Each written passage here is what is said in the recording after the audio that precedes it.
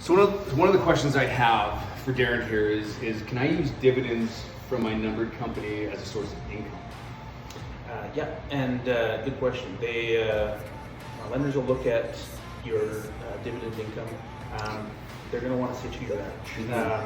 And they're going to want to see that there's not a lot of deviation between what you were paying yourself year over year. If there is, they're generally going to take the lesser of the 2-year average or the most recent year. Okay. So, but yes, you can definitely do that. So Darren, another topic I'd like to touch on is investors.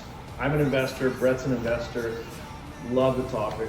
What can we do as investors, maybe if we come to you, what can you do for us to help us find that next property? Is there a way to get a little bit creative, or what are some of the rules in place that we need to follow? Yeah. So generally, for an investment property purchase, you're going to be required to have a 20% down payment on that investment property. But one thing that kind of gets overlooked sometimes that I mention to people is that if you're willing to move from your current principal and move into a different home and then make your current home the rental, you can actually move in to the new property with as little as 5%. 5%? Yeah. Wow. So you can treat it as a new purchase.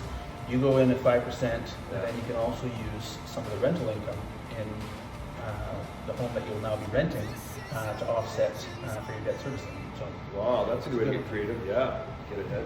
Is that something you can continue to do? Could you do it again for another property? Or is it just a one-off? Well, yeah, and then obviously you're going to want to take into consideration, for tax purposes and so forth. Like, I mean, you're going to want to be in the new place for more than a year and so forth. But if you were wanting to do it, say for 2-year stints or something like that, you can do it. Okay, that's interesting.